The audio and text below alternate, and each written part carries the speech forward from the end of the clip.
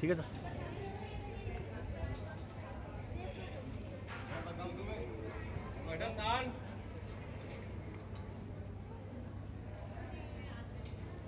आदरणीय प्रिंसिपल महोदय एवं कोऑर्डिनेटर सर एवं मेरे समस्त शिक्षक एवं शिक्षिका, मेरे साथियों एवं मेरे प्यारे बच्चों, बेटा आज हम यहाँ पर शहीद दिवस मनाने के लिए उपस्थित हुए हैं और उस शहीद दिवस को मनाने का जो उद्देश्य है वो, क्योंकि जो हम शहीद दिवस जो मनाते हैं, क्योंकि ये जो हमारा देश आजाद हुआ, उस देश को आजाद कराने में इन देश के अमर शहीदों ने बड़ा योगदान दिया और उन्होंने जो योगदान दिया उसी योगदान से आज हम स्वतंत्र हैं। तो उन्हीं में से जो हम शहीद दिवस जिनके शहीद हुए, जो हमारे अमर शहीद थे, उनको हम याद करते हुए शहीद दिवस मनाते हैं। तो थोड़ा सा मैं जो अमर शहीद हुए हैं उनके बारे में आपको बताऊंगा। देशभक्त वीरों को मरने से नेक नहीं डरना होगा, प्राणों का बलिदान देश की वेदी पर करना होगा। देश के बलिदान जो देश के अमर शहीद हैं, उन्हें देश की वेदी पर अर्थात अपने देश धर्म के लिए मरना होगा। तो कहते हैं कि भरा नहीं जो भावों से, बहती जिसमें रसदार नहीं, वह हृदय नहीं पत्थर है जिसमें स्वदेश का प्यार नहीं। अगर आपके अंदर राष्ट्र प्रेम नहीं है, देश के प्रति प्रेम नहीं है, तो ऐसे प्रेम की कोई भी कल्पना नहीं है। अर्थात व्यक्ति को देश प्रेम के प्रति अपनी श्रद्धा को बनाए रखना चाहिए। हम बात कर रहे हैं बेटा उन शहीदों की जिनमें से देश को आजाद कराने के लिए गरम दल और नरम दल के दो संगठन बने थे और उस गरम दल के जो नेता थे, उन गरम दल के नेताओं में बाल गंगाधर तिलक, उनके साथ में भगत सिंह, सुखदेव, राजगुरु, उन्होंने देश को आजाद कराने के लिए विभिन्न प्रकार से अपनी क्रांतिकारी लड़ाइयां लड़ी अंग्रेजों के खिलाफ।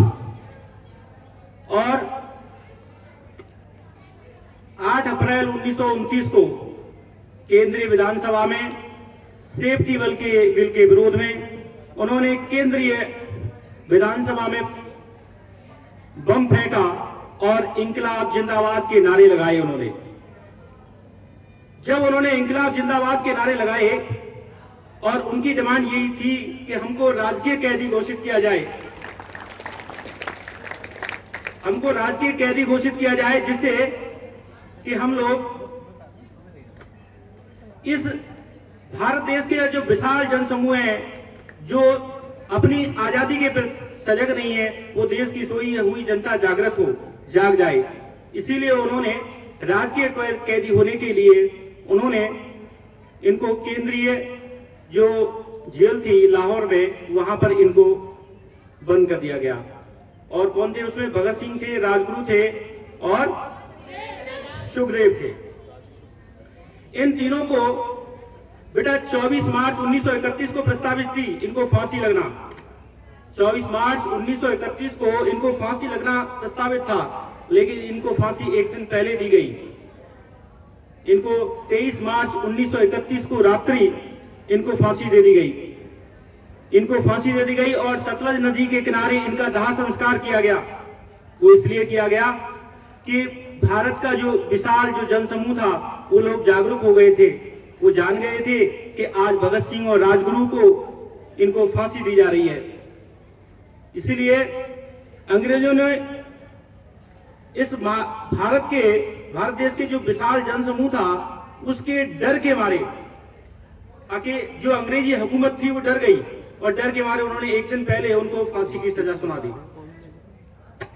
तो प्यारे बच्चों, जो 23 मार्च का जो दिन है, आज का जो दिन है, आज के ही दिन हमारे देश के जो वीर शहीद थे, भगत सिंह, राजगुरु एवं सुखदेव, इन तीनों को फांसी पर चढ़ा दिया गया था।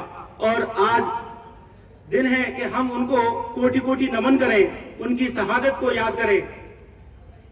क्योंकि बेटा आजादी जो है वो काफी संघर्ष से मिलती है, काफी मेहनत से मिलती है। आज हम खुली हवा में सांस लेते हैं, आज हमको आजादी है, हमको पढ़ने की आजादी है, हमको बोलने की आजादी है, हमको घूमने फिरने की आजादी है। लेकिन जब देश गुलाम था उस समय हमें आजादी नहीं थी, क्योंकि अंग्रेजों गुलामी का जो दंश होता है वो बहुत भयानक होता है। उसी गुलामी को दंश को झेल रहे थे ये लोग। इन लोगों ने काफी त्याग किया, तो क्यों ना हम उनके त्याग को याद करें और उन्हें नमन करें। इसी के साथ बेटा मैं अपनी वाणी को विराम देता हूं और एक साथ मेरे साथ बोलेंगे सभी, भारत माता की जय, भारत माता की जय, वंदे मातरम, वंदे मातरम। शहीद आजम भगत सिंह अपना अमर रहिएगा। शहीद आजम भगत सिंह, शहीद आजम भगत सिंह, सुखदेव, राजगुरु, इंकलाब, वंदे वंदे